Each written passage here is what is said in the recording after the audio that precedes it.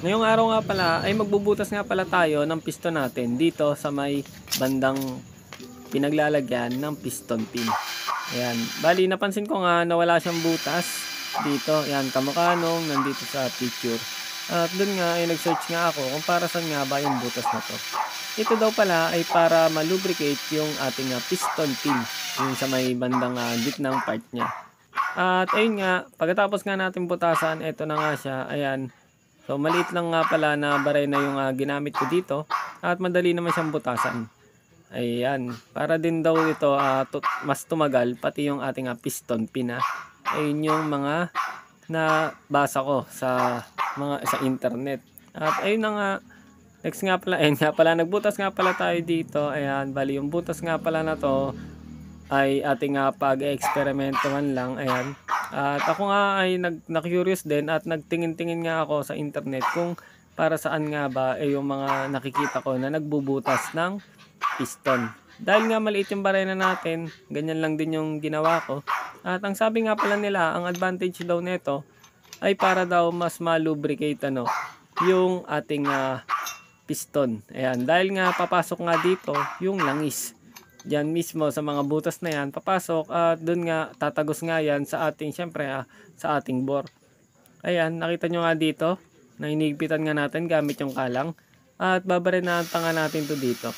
Ayan, barinahan nga natin siya dito para sure ball. At syempre kung ilan yung butas dito ay ganun na nga rin yung gagawin natin sa kabila.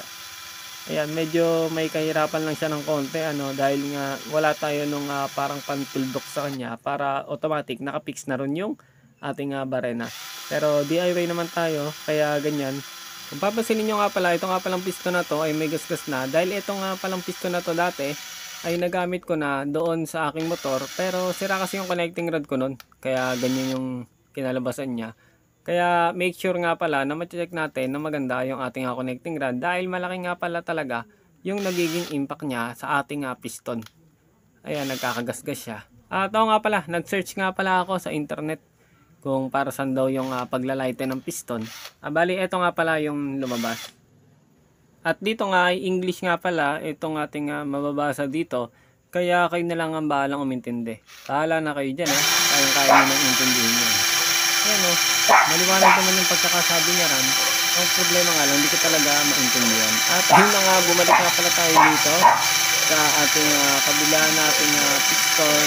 At ayun, magbubutas na nga pala ulit tayo dito. Ayan, butas na naman tayo. Siyempre, ayan, nalipang practice lang naman to. Saka ako naman din yung gumagawa ng motor ko kaya madali lang naman din sa akin na magpalit ng mga pyesa. Pero kung sakasakali magsasuccessful naman to, kung tatagal naman to, ay babalitaan ako na lang kayo dito sa aking FB page. Ganun lang ulit. At nga pala, ang brand nga palang ginamit ko ay Makoto. Ang sabi kasi nila maganda raw pagka Makoto. Sure daw, Makoto. Ayan, bali ito nga pala yung ginawa natin yan. Medyo nagkamali lang tayo ng konti. Pero ito na siya. All goods na to. Ayan, bali magliliya na lang tayo dito ng konti. Tapos, okay na. Opo. Sasalpak na natin to. Baka bukas, isalpak ko na rin to para ma-update ko na rin kayo. Ayan all goods na. Di ba? Sablay lang ng konti.